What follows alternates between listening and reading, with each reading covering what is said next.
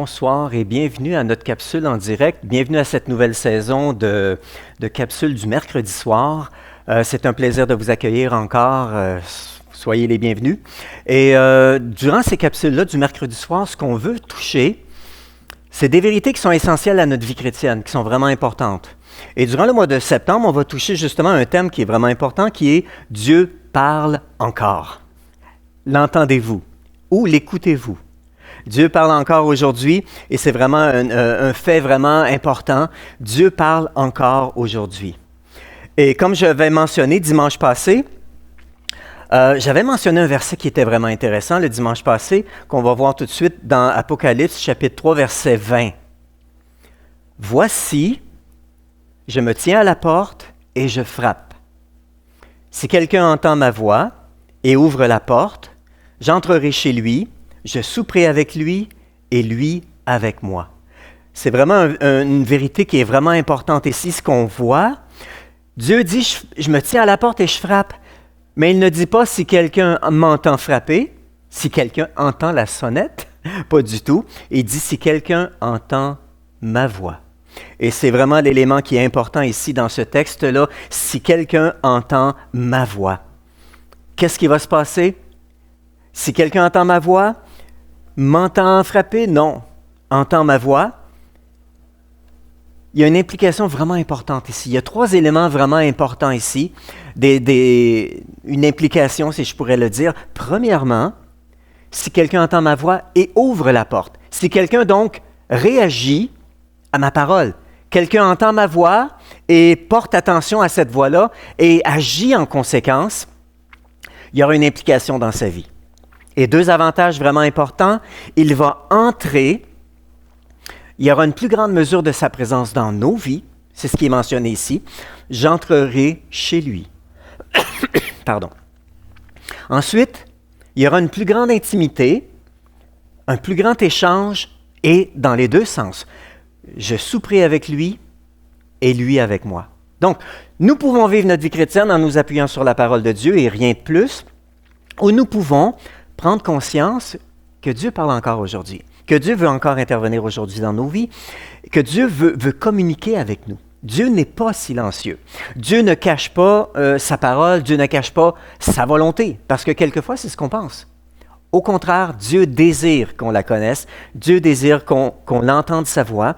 Donc, il est important qu'on puisse écouter attentivement sa voix, puis que nous fassions l'expérience, je dirais, de la diversité de ces modes de communication. Dieu parle de différentes manières. On va regarder quelques passages, premièrement, dans la parole de Dieu, parce que la parole est remplie de textes qui nous montrent que Dieu parle. Si nous regardons un prochain texte, dans Matthieu chapitre 4, verset 4, ça nous mentionne clairement « L'homme ne vivra pas de pain seulement, mais de toute parole qui sort de la bouche de Dieu. » Encore une fois, c'est une parole ici que Jésus prononce en réponse à une tentation de Satan, qui lui dit « Transforme ces pierres en pain. » Donc, Satan invite Jésus à rencontrer ses propres besoins et Jésus lui dit « L'homme ne vivra pas de pain seulement, mais de toute parole qui sort de la bouche de Dieu. » Et ici, il utilise le mot en grec qu'on appelle rhéma au lieu du mot logos.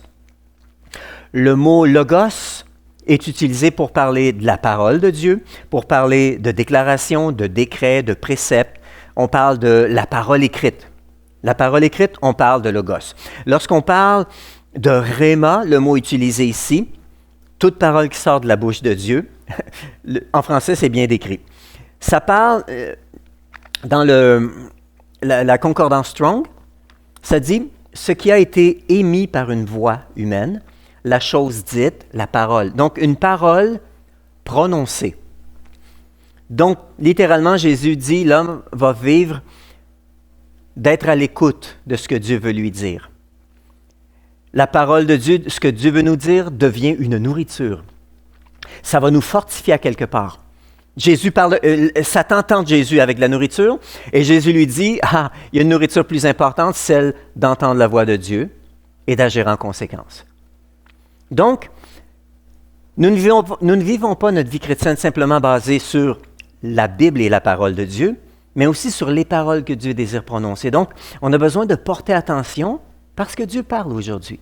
Et il veut continuer de nous parler. Et il semble clairement, puisque Jésus l'a dit, que c'est dans notre capacité d'entendre sa voix. Si on regarde un autre passage rapidement, un autre passage qui est dans Jean chapitre 10, qui est aussi très intéressant comme passage, ça nous dit clairement ici, « Mes brebis écoutent ma voix, je les connais et elles me suivent. Mes brebis écoutent ma voix. » Encore une fois, Jésus parlait ici versus l'ennemi qui voulait venir distraire le peuple de Dieu.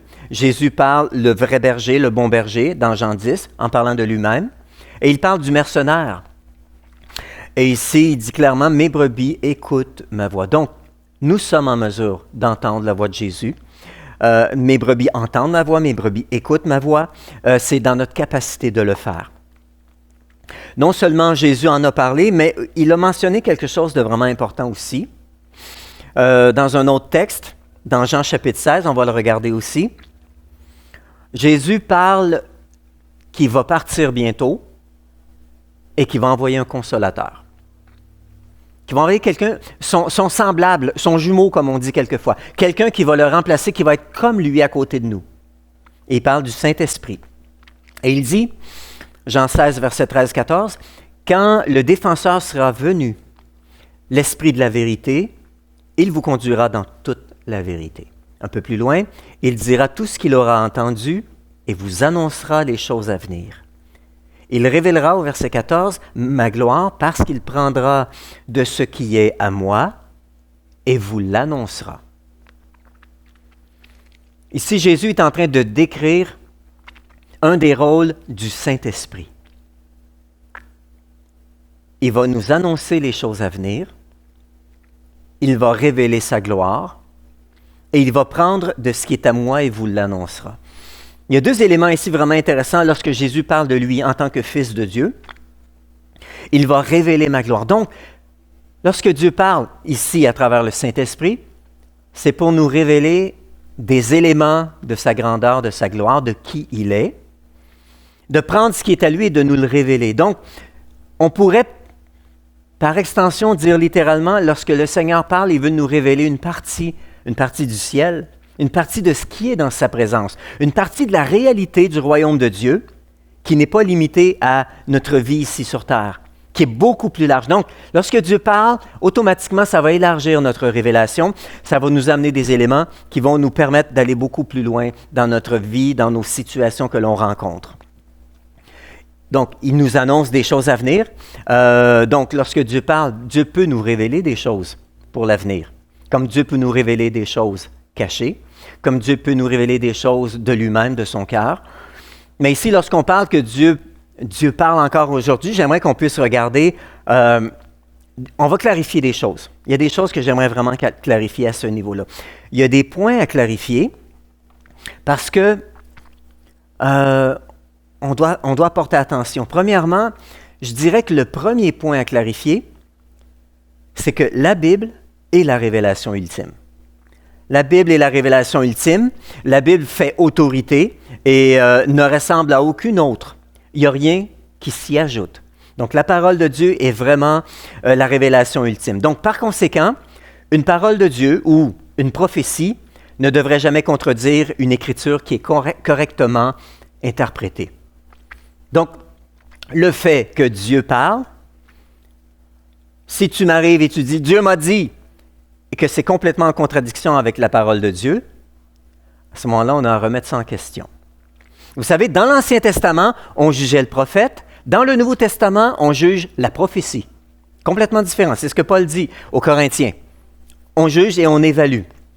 Donc, le premier point de départ, si on veut réellement avoir des bases et des garde-fous qui sont sécuritaires, c'est que la Bible est la révélation ultime. Ensuite, on doit prendre conscience que nous sommes tous en apprentissage.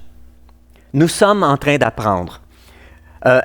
Donc, avec l'aide du Saint-Esprit, des Écritures, de notre communauté, de notre Église, on juge de l'Esprit, de l'exactitude des paroles que nous donnons ou que nous recevons, en nous accrochant à ce qui est bon ou en retenant ce qui est bon, puis en laissant de côté ce qui ne l'est pas.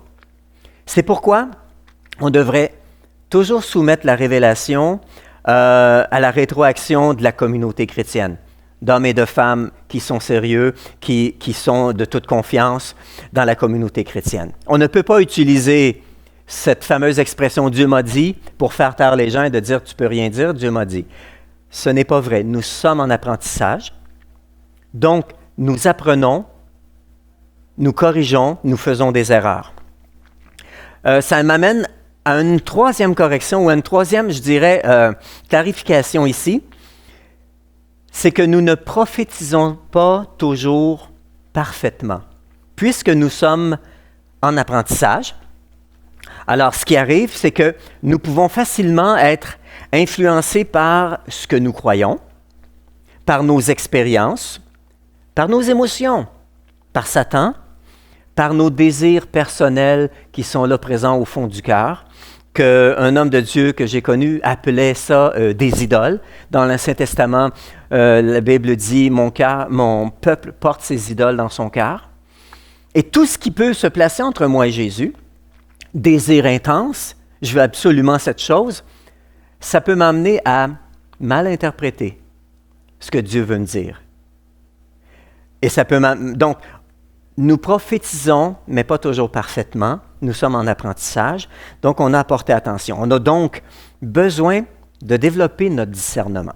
Discernement afin de percevoir la différence entre ces différents aspects. On doit demeurer des étudiants de la parole et on doit demeurer enseignable. Si quelqu'un dit « Dieu m'a dit » et lorsqu'on réalise que ce n'est pas conforme à la parole et qu'on tente de lui expliquer que cette personne-là réagit tellement qu'elle quitte l'Église ou elle va ailleurs, à quelque part, cette personne-là n'a pas compris. Nous ne sommes pas dans l'Ancien Testament. Dieu nous parle non pas pour nous établir comme des prophètes, puis les gens doivent se taire parce que j'ai la primauté. Notre capacité à bien entendre la voix de Dieu va toujours dépendre de notre santé spirituelle, de notre santé émotive et de la santé de nos croyances aussi. Si je crois que Dieu est un juge et qui juge tout le monde, il y a des chances que ma prophétie va ressembler à un jugement. Ça va être faussé par ma croyance. Un quatrième point de clarification, c'est que la prophétie a pour but l'encouragement et l'édification. La prophétie, parce qu'ici, je peux clarifier quelque chose. On parle que Dieu parle encore aujourd'hui. Dans 1 Corinthiens, l'apôtre Paul parle des dons du Saint-Esprit. Et parmi ces dons-là, on a les paroles prophétiques, paroles de sagesse, paroles de connaissance. Donc, la prophétie fait partie d'une manière dont Dieu parle. C'est-à-dire, Dieu nous parle, mais Dieu veut aussi nous utiliser pour communiquer son message à d'autres. Et donc, c'est une grande responsabilité, c'est un privilège, mais aussi une responsabilité. La prophétie, donc, a pour but l'encouragement et l'édification. La prophétie n'a pas pour but le jugement et la condamnation. Et si vous remarquez la parole de Dieu, Dieu est toujours rédempteur dans son approche. C'est pour ça qu'il a envoyé Jésus. Dieu n'a pas demandé aux hommes, tu dois être puni jusqu'à ce que le péché sorte par les pores de ta peau. Non, il a envoyé Jésus. Pour que nous qui étions des pécheurs, nous puissions être rachetés, justifiés. Donc, c'est ce que Jésus... Donc, Dieu est rédempteur dans son approche. Il est le Dieu de la solution. Donc, si vous recevez une révélation, vous croyez recevoir une révélation de Dieu, mais ça concerne un jugement ou un problème, vous pouvez demander à Dieu avec assurance, Dieu, puisque tu es le Dieu de la solution, quelle est la solution pour mon frère, ma sœur dans cette situation-là? Parce que Seigneur, je veux parler de ta part, alors je veux encourager, je veux édifier, je veux construire, je veux bâtir cette personne-là. Seigneur, qu'est-ce que tu veux accomplir dans sa vie? Et là, ça change complètement de cette manière-là l'orientation, si je peux dire, de notre prophétie. Un dernier point. Je sais qu'on n'a pas énormément de temps, je suis à 15 minutes quelques. La prophétie, là on parle de la prophétie, ce n'est pas le seul moyen que Dieu utilise pour nous parler.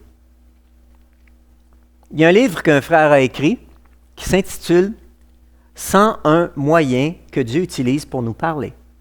C'est un livre en anglais, là, je viens de vous traduire le titre en français. 101 moyens que Dieu utilise pour vous parler. Et là, j'ai regardé ce livre rapidement d'un chapitre à l'autre et j'ai réalisé, puisqu'il était basé sur la parole de Dieu, à quel point on a des événements extraordinaires où Dieu parle à son peuple de différentes manières. Donc, on ne prend pas de grandes décisions dans notre vie sur la seule base d'une parole prophétique, sans tenir compte des autres sources de direction et de communication de Dieu. Ça peut être la prière, les Écritures, les conseils de dirigeants mûrs, les relations d'alliance avec des amis intimes qui vont aussi être capables de parler dans notre vie avec toute assurance, les désirs personnels. On va mettre ensemble et on va évaluer la chose avant de prendre des décisions importantes. On ne prend pas une décision simplement basée sur une parole qu'on entend de quelqu'un qui le partage de la part de Dieu, mais Dieu parle de différentes manières. Ce soir, je n'ai pas le temps de le voir, mais en conclusion, ce qu'il faut réellement comprendre, le plus important, c'est de comprendre pourquoi Dieu parle. Pourquoi Dieu désire nous parler. Ça, c'est vraiment ce qui est important. Dieu ne désire pas parler pour nous contrôler, décider pour nous. Tu dois te lever, faire 3 pas à gauche, manger tel type de céréales, tu dois aller à tel endroit, etc., comme si nous étions des robots. Au contraire, Dieu désire qu'on grandisse dans la révélation de qui il est, dans la révélation de son cœur, pour qu'on puisse saisir ses valeurs et les mettre en action dans notre vie, les laisser influencer notre pensée, notre raisonnement, nos désirs, et qu'on puisse le servir aussi de cette manière-là. Donc, Dieu désire que nous grandissions à tout point à l'image de Christ.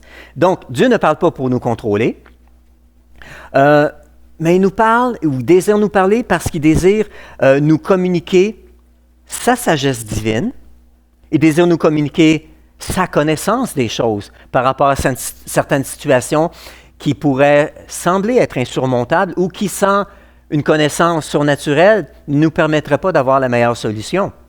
Et surtout, Dieu veut nous parler pour nous communiquer son cœur. Donc, je termine avec ce verset avec lequel on a débuté ce soir. Apocalypse 3:20. « Je me tiens à la porte et je frappe. Si quelqu'un entend ma voix et ouvre la porte, j'entrerai chez lui, je souperai avec lui et lui avec moi. » Dieu désire nous parler pour nous amener dans une plus grande révélation de son cœur et quelquefois nous amener une plus grande sagesse par rapport à notre sagesse humaine dans nos situations, et c'est ce qu'il désire réellement faire. C'est un plaisir, encore une fois, il y a tellement de choses à dire là-dessus. Rejoignez-nous rapidement dans le Zoom tout de suite après, le Zoom régulier de l'Église, et j'aimerais qu'on puisse discuter des différents moyens. Combien de moyens que Dieu utilise pour nous parler que vous pourriez nommer? Seriez-vous capable de nommer 100 moyens par lesquels Dieu nous parle? Pour qu'on puisse prendre conscience, quels sont les différents moyens par lesquels Dieu nous parle? Quelquefois, c'est une voix audible intérieure, ça ressemble à notre pensée. Rejoignez-nous dans le Zoom et on en parle. Que Dieu vous bénisse abondamment. Prions. Père éternel, merci d'être un Dieu qui communique. Et Seigneur, je prie de bénir chacune de ceux qui nous suivent et nous écoutent. Seigneur, parle à leur cœur.